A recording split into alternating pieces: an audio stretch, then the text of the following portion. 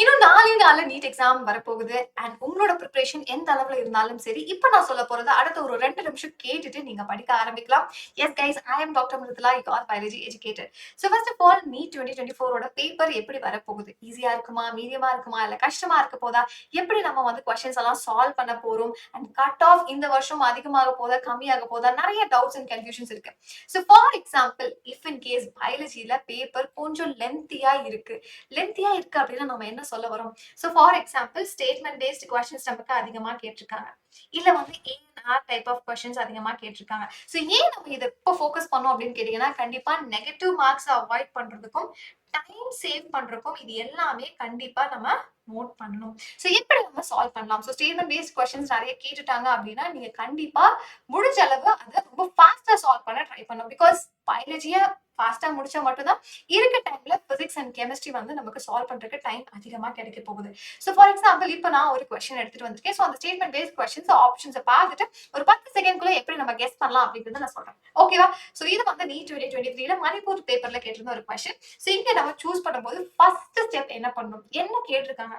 So கரெக்டான ஸ்டேட்மெண்ட்டை நான் சூஸ் பண்ணணும் அப்படின்னா அதை ஃபர்ஸ்ட் நான் அண்டர்லைன் பண்ணிக்கிறேன். அண்ட் ஆல்சோ சிக்கிள் செல் அனிமியா பத்தின ஒரு ஸ்டேட்மெண்ட். ஸோ நம்ம கொடுத்துருக்கூடிய இந்த ஸ்டேட்மெண்ட்ஸை ட்ரூ ஆர் ஃபால்ஸ் அப்படிங்கறது ஃபர்ஸ்ட் நோட் பண்ணுங்க. ஸோ கரெக்டா இருக்கா தப்பா இருக்கா நம்ம ஒரு குட்டி அனாலிசிஸ் பண்ணிட்டு அதுக்கப்புறம் ஆப்ஷன்ஸை பார்க்கலாம். ஸோ ஃபர்ஸ்ட் ஸ்டேட்மெண்ட் ரீட் பண்ண there's a change in the gene for beta globin. சிக்கல் செல் அனிமியானாலே நமக்கு தெரிஞ்சது பீட்டா குளோபின் செயின்ல ஏதோ ஒரு டிஃபெக்ட் இருக்கு அப்படின்னு.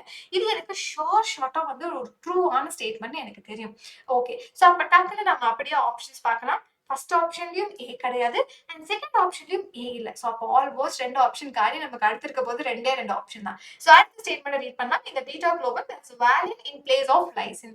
சே ஃபார் எக்ஸாம்பிள் இது லைசின் தானா இல்ல வேற ஏதோ ஒரு அமினோ ஆசிடா அப்படிங்கிறது எனக்கு கன்ஃபியூஷனா இருக்கு. பட் இது ஆக்சுவலி ஃபால்ஸ் ஆன ஸ்டேட்மெண்ட் தான். But still, I'm just holding it on. அடுத்தது is an example of point mutation. So கண்டிப்பா point mutation நம்ம ஸ்டேட் போர்ட் 12 ஸ்டேட் போர்ட் ஸ்டூடெண்ட்ஸா இருந்தீங்கன்னா ஸ்டேட் போர்ட் புக்லயும் இதே எக்ஸாம்பிள் தான் நம்ம படிச்சிருக்கோம். ஸோ ஷோரா தெரியும் பாயிண்ட் மியூட்டேஷன் ஒரு சிங்கிள் நியூக்ளியோடைட் சேஞ்ச்னால வரக்கூடிய டிசார்டர் தான் இது. ஸோ இது வந்து ட்ரூவான ஸ்டேட்மெண்ட். அடுத்தது இந்த normal gene U is replaced by A. So இப்போ யூங்கிறது யாருங்க? யுராசில். ஸோ நார்மலான ஒரு ஜீன்ல அந்த டிஎன்ஏ கோட்ஸ் எப்படி இருக்க போது? GTG in place of GAG. இதுதான் நமக்கு கூடிய கோட். ஸோ யுராசிலுக்கு இங்க வேலையே கிடையாது. இது ஷோரா எல்லாருமே சொல்லலாம் ஒரு ஃபால்ஸான ஸ்டேட்மெண்ட் அப்படின்னு இல்லையா? ஸோ ஆல்மோஸ்ட் இப்போ ரூட் கிளியர் ஆயிடுச்சு. இப்போ திரும்பவும் இந்த ஆப்ஷன்ஸை பாருங்க. நான் சொன்ன மாதிரி சி இல்ல டில தான் நமக்கு டவுட் இருந்துச்சு. ஸோ ஷோரா தெரிஞ்சது எனக்கு ஃபர்ஸ்டும் லாஸ்டும் தெரிஞ்சிருச்சு. ஸோ டி இல்லாத ஒரு ஆப்ஷன், ஏ இருக்கக்கூடிய ஆப்ஷன். ஸோ அப்போ surely I go with option D. So இப்படி நம்ம ஃபர்ஸ்ட் ட்ரூ ஆர் ஃபால்ஸ் எனக்கு தெரிஞ்சது ஸ்ட்ராங்கா தெரிஞ்ச ஸ்டேட்மெண்ட்டை நான் அப்படியே ஆப்ஷன் அப்ளை பண்ண அப்படின்னா அந்த கொஸ்டினை நான் இன்னும் ஃபாஸ்டா சால்வ் பண்ணிடலாம். அண்ட் ஆல்மோஸ்ட் நம்ம கரெக்டான ஆன்சரை கொடுத்து +4 அப்படியே வாங்கிடலாம். நெகட்டிவ் மார்க்ஸையும் கம்மி பண்ணிடலாம். So whenever you're choosing a statement question, so முடிஞ்ச அளவு நீங்க ஷியோரா இருக்கக்கூடிய ஸ்டேட்மெண்ட்ஸை ஓகேவா? ஸோ அது ட்ரூ ஆர் ஃபால்ஸ் மார்க் பண்ணிட்டு அப்படியே அந்த ஆப்ஷன்ஸ்ல அப்ளை பண்ணுங்க. ஸோ இப்போ ஆல்மோஸ்ட் கிளியர் ஆயிடுச்சுன்னு நினைக்கிறேன். Time saving is very very important இந்த நீட் எக்ஸாம். அண்ட் அடுத்தது வெரி இம்பார்ட்டன்ட்லி, ஸோ இப்போ இந்த 4 நாள்ல நான் கான்செப்ட் எல்லாத்தையும் தெளிவு பண்ணிட்டே இருக்கேன். அண்ட் எனக்கு இன்னும் வந்து டைம் சேவ் பண்ற மாதிரி கத்துக்கணும் அப்படின்னா மறக்காம பயோ 360 ஃபாலோ பண்ணுங்க. ஸோ அதுல ஒவ்வொரு ஷார்ட்ஸ்லயுமே ஒவ்வொரு ஷார்ட்ஸ்லயுமே ஒவ்வொரு கான்செப்ட 60 செகண்ட்ஸ்ல நம்ம ரீகால் பண்ணிட்டு இருக்கோம். அண்ட் அதுல கண்டிப்பா நீட்ல கேட்ட கொஸ்டின்ஸும் ஆட் ஆகிருக்க போது. அது போக வெரி இம்பார்ட்டன்ட் இன்னும் ஒரே ஒரு விஷயம் நான் சொல்லணும் அப்படின்னா, ஸோ நிறைய பேர் வந்து சூப்பர் இன்டெலிஜென்ட்டா இருப்போம். ஸோ நீட்டுக்கு வந்துட்டு நான் எல்லா கான்செப்ட்லயுமே அப்படியே பயங்கர இன்டெலிஜென்ட்டா இருப்பாங்க. பட் என்ன பண்ற ஒரு மிஸ்டேக், ஸோ எக்ஸாம் அன்னைக்கு என்ன பண்ணுவாங்க அப்படின்னா லைக் சம்டைம்ஸ் ஓஎம்ஆர்ல மிஸ்டேக்ஸ் பண்ணிடலாம். ஸோ அந்த எக்ஸாம் ஆன்சைட்டி இல்லை ஸ்ட்ரெஸ் நல்லா பண்ணலாம். பட் அதெல்லாம் அவாய்ட் பண்ண முடியுமா? Definitely possible. என்ன பண்ணணும் அப்போ அதுக்கு?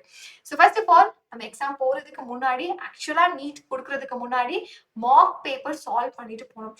ஸோ நம்ம 100 லேர்னிங்ல மாக் பேப்பர் சால்வ் பண்ணிட்டே இருக்க போறோம். ஸோ நிறைய கொஸ்டின்ஸ் எங்களோட சேர்ந்து ப்ராக்டிஸ் பண்ணிட்டே இருங்க. அப்போதான் கான்ஃபிடன்ஸ் பூஸ்ட் ஆகும். ஸோ ஆன்சைட்டி கம்மி ஆயிடும். கரெக்டா இந்த கொஸ்டினுக்கு இந்த ஆன்சர் தான் அப்படிங்கறத நம்ம சூஸ் பண்ண முடியும். So it's just going to be like 1 டே. இந்த 1 டேக்காக நிறைய பேர் 1 இயரா கஷ்டப்பட்டிருக்கீங்க. நிறைய பேர் இப்போ 12th முடிச்சுட்டு படிக்க ஆரம்பிச்சிருப்பீங்க. அண்ட் ஒரு சிலர் வந்துட்டு 11th இருந்தே படிக்க ஆரம்பிச்சிருப்பீங்க. இந்த 1 டேவை நீங்க மிஸ் பண்ணிட்டீங்க அப்படின்னா again you have to lose 1 year. So அதை மட்டும் மைண்ட்ல வச்சுக்கோங்க. இந்த 4 நாள் முடிஞ்ச அளவு உங்களோட மேக்ஸிமம் எஃபோர்ட் கொடுத்து படிக்க ஆரம்பிங்க. அண்ட் பயோ 360 கரெக்டா ஃபாலோ பண்ணிடுங்க. And very importantly free hand written mind maps கொடுத்துட்டு இருக்கோம். ஸோ அதுக்கு மறக்காம எங்களோட வாட்ஸ்அப் கம்யூனிட்டியும் ஜாயின் பண்ணிருங்க. So live session coming up. So do not miss out any live. So upcoming lives எதுவுமே மிஸ் பண்ணாதீங்க. எங்களோட சேர்ந்து நிறைய கொஸ்டின்ஸை ப்ராக்டிஸ் பண்ணுங்க. அதுதான் இந்த அடுத்த 4 நாள் உங்களோட கான்ஃபிடன்ஸை பூஸ்ட் பண்ணிட்டே இருக்க போகுது. So S guys, so all the best for your exam. So see you guys in the